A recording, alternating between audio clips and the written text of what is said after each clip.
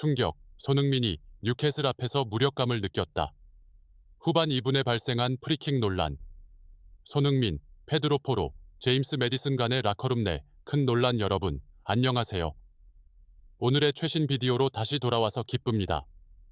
솔직히 말해서 저희는 이번 손흥민과 그의 토트넘 동료들이 뉴캐슬에 9월 1일 패배한 후처럼 무력감을 느낀 적이 없었습니다. 우리는 모든 면에서 홈팀보다 열세를 보이며 자격이 있는 패배를 겪었습니다.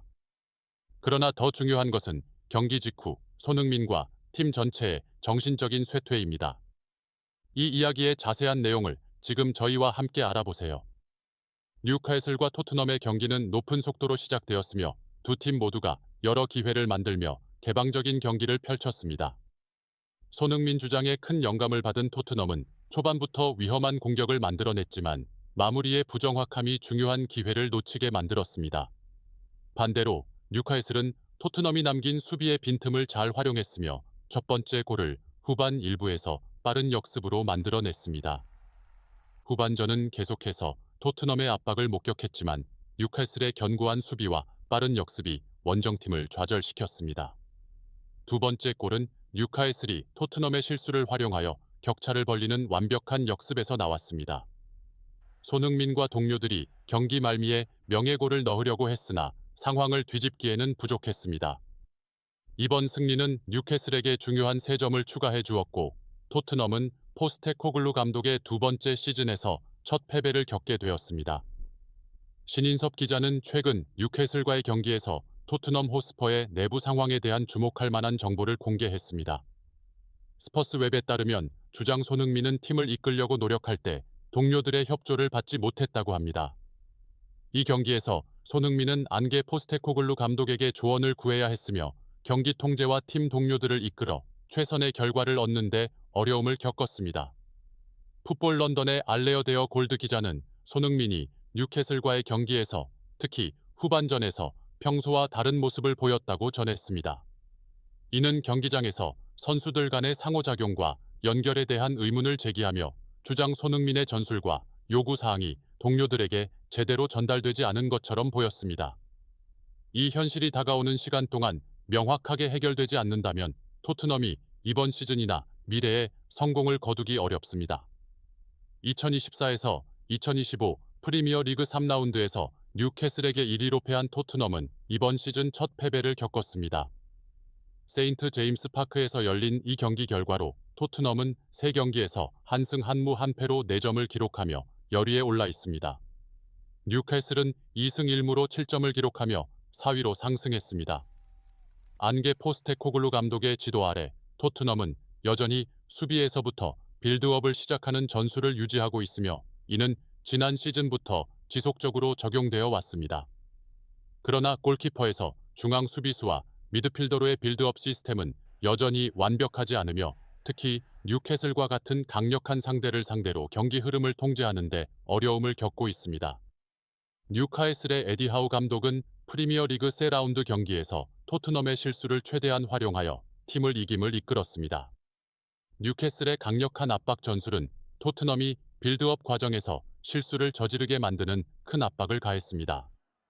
어려움에도 불구하고 토트넘은 롱볼을 사용하지 않고 짧은 패스로 경기 접근 방식을 고수했습니다. 이는 쉽게 노출될 수 있는 상황을 만들었고 실수가 발생하기 시작했습니다.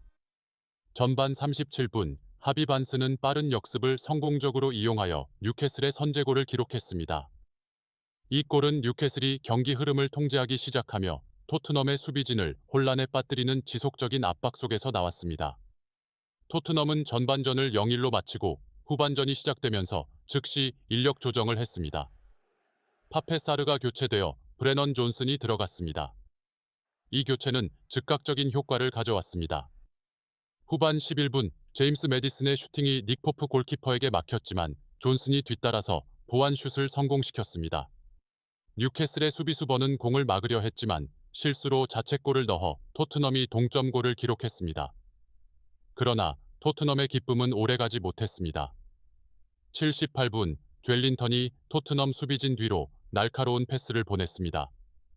제이콥 머피가 빠르게 속도를 내어 골키퍼와 1대1 상황에서 알렉산더 이삭에게 패스하여 이삭이 득점하며 뉴캐슬이 다시 한번 리드를 잡았습니다. 토트넘은 마지막 순간까지 동점골을 찾으려고 했지만 안게 포스테코글루 감독의 팀은 결국 1대2로 패배를 받아들여야 했습니다. 이번 패배는 토트넘이 폼을 되찾는 과정에서 어려움을 겪게 했으며 뉴캐슬은 세인트 제임스 파크에서 런던 팀을 상대로 3연승을 거두며 홈에서의 강력한 모습을 다시 한번 입증했습니다. 손흥민 개인적으로는 우리가 공정하게 평가한다면 그는 경기장에서 안게 포스테코글루 감독의 팀에서 가장 좋은 성적을 기록한 선수 중 하나였습니다. 그에 따라 손흥민은 지난 경기에서 90분을 풀타임 소화하며 통계적으로 긍정적인 활약을 펼쳤습니다. 그는 1번의 슈팅, 3번의 드리블, 1번 성공, 47번의 볼터치와 94%의 패스 성공률을 기록했습니다. 손흥민은 또한 3번의 중요한 패스를 만들어냈으며 6번의 1대1 상황 중 4번 성공했습니다. 특히 전반전에서 손흥민은 한 경기에서의 볼터치 수와 필드에서의 이동 능력에서 피파 기록을 세웠습니다. 소파스코어에 따르면 손흥민은 7.4점을 받아 토트넘에서 가장 높은 점수를 기록했습니다. 하지만 영국 현지 언론은 손흥민의 경기력에 대해 다른 시각을 보였습니다. 풋볼 런던에 따르면 손흥민은 5점을 받았으며 그는 활발하게 플레이했지만 상대 페널티 박스 근처에서 뚜렷한 영향을 미치는데 어려움을 겪었다고 평가했습니다. 이브닝 스탠다드는 또한 손흥민에게 5점을 주었으며 전반전에서 그는 왼쪽 윙에서 돋보이며 여러 위험한 크로스를 시도했다고 평가했습니다. 그러나 후반전에서 중앙 공격수로 뛰면서 손흥민은 자신의 역할을 보여주지 못했습니다. 반대로 두 신문 모두 후반전에 들어온 브레넌 존슨을 7점으로 평가하며 그가 지능적인 플레이를 보여주었다고 언급했습니다. 이 대비는 손흥민이 긍정적인 기여를 했음에도 불구하고 경기의 몇몇 중요한 순간에서 기대를 충족시키지 못했음을 보여줍니다. 이에 대한 한 가지 설명은 포스테코글루 감독의 전술과 포지션에 일부 실수가 있었고 이는 손흥민의 최고의 능력을 어느 정도 제한했습니다. 구체적으로 손흥민은 뉴캐슬 유나이티드와의 경기에서 지난 시즌부터 주로 맡아왔던 중앙 공격수 대신 왼쪽 윙 포지션에서 뛰었습니다. 대신에 데안 쿨루셉스키가 중앙 공격수로 배치되었고 윌슨 오도베르가 오른쪽 윙을 맡았습니다. 그러나 토트넘이 뉴캐슬에게 압박을 가하는 데 어려움을 겪으면서 방역 기회는 희박해졌고 손흥민이 이전 에버턴 전 4대0 승리에서 보여준 것처럼 타겟 스트라이커로 배치되지 않아 공격 플레이가 어느 정도 영향을 받았습니다. 뉴캐슬은 수비에서 매우 효율적이었으며 팀을 낮춰 배치하고 토트넘이 활용할 수 있는 공간을 남기지 않았습니다. 레스터 시티와의 개막전에서 고립된 손흥민은 이번 경기에서도 비슷한 상황을 겪었습니다. 그는 철저하게 봉쇄되었고 특별한 활약을 보여주지 못했습니다. 후반전에 들어서면서 손흥민은 토트넘의 공격 전술에서 더 높은 위치로 배치되었습니다. 오도베르는 왼쪽 윙으로 이동했고 쿨루셉스키는 공격형 미드필더로 브레넌 존슨은 오른쪽 윙을 맡았습니다. 그러나 이 변화는 토트넘에 큰 변화를 가져오지 못했고 손흥민은 여전히 공간과 슈팅 기회를 찾는데 어려움을 겪었습니다. 손흥민은 뉴캐슬의 두 중앙 수비수에게 철저히 마크되어 위험한 슈팅 기회를 만들기 어려웠습니다. 오도베르와 존슨이 자주 공을 받아 양쪽 윙에서 크로스를 시도했지만 크로스의 질이 낮았고 뉴캐슬 수비는 쉽게 처리할 수 있었습니다. 이는 토트넘이 상대에게 충분한 압박을 가할 수 없게 만들었고 득점에 있어 계속해서 어려움을 겪게 만들었습니다. 결국 손흥민의 실망은 경기 후반에서 명백히 드러났습니다.